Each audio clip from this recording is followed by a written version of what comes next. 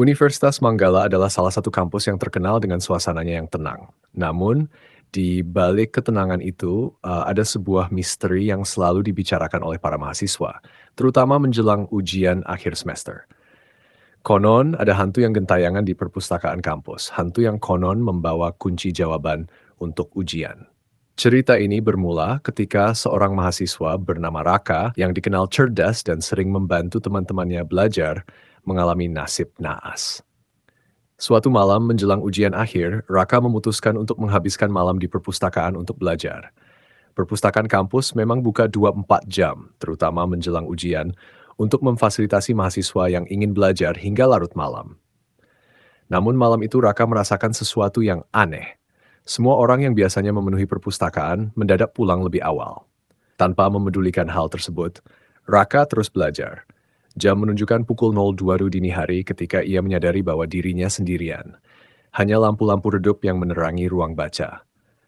Tiba-tiba, Raka mendengar suara langkah kaki. Awalnya ia mengira itu hanyalah mahasiswa lain yang juga belajar. Namun semakin lama, suara langkah itu semakin mendekat, tetapi tidak ada siapapun.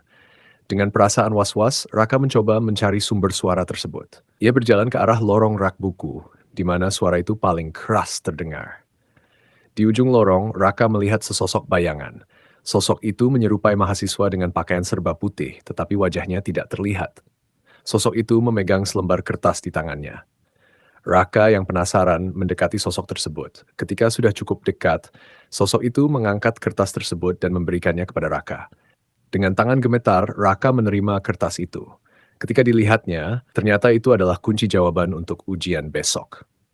Dengan hati yang campur aduk antara takut dan senang, Raka mencoba berterima kasih, tetapi sosok itu tiba-tiba menghilang. Raka hanya berdiri terpaku dengan kertas di tangannya. Keesokan harinya, Raka tidak dapat mempercayai kejadian malam itu. Namun kunci jawaban di tangannya nyata. Ia menggunakannya dan berhasil mendapatkan nilai sempurna. Namun kebahagiaan itu tidak berlangsung lama. Beberapa hari kemudian, Raka mulai merasa terganggu. Ia sering mendengar bisikan-bisikan ketika sedang sendirian. Bisikan yang terdengar seperti suara seseorang meminta bantuannya.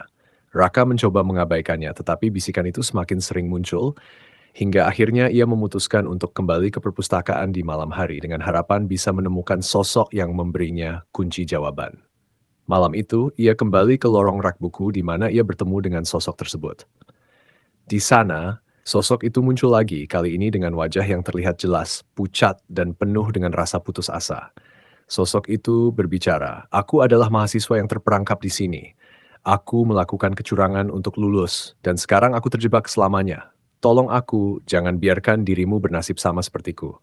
Raka merasa ngeri mendengar hal itu. Ia segera pergi dari perpustakaan dengan niat untuk tidak pernah menggunakan kunci jawaban itu lagi. Namun, nasib buruk sudah menantinya. Semakin lama bisikan itu semakin kuat, hingga akhirnya Raka merasa kehilangan kendali atas dirinya sendiri. Malam-malamnya selalu diisi dengan mimpi buruk tentang ujian yang tak pernah usai, dan sosok hantu itu terus menghantuinya.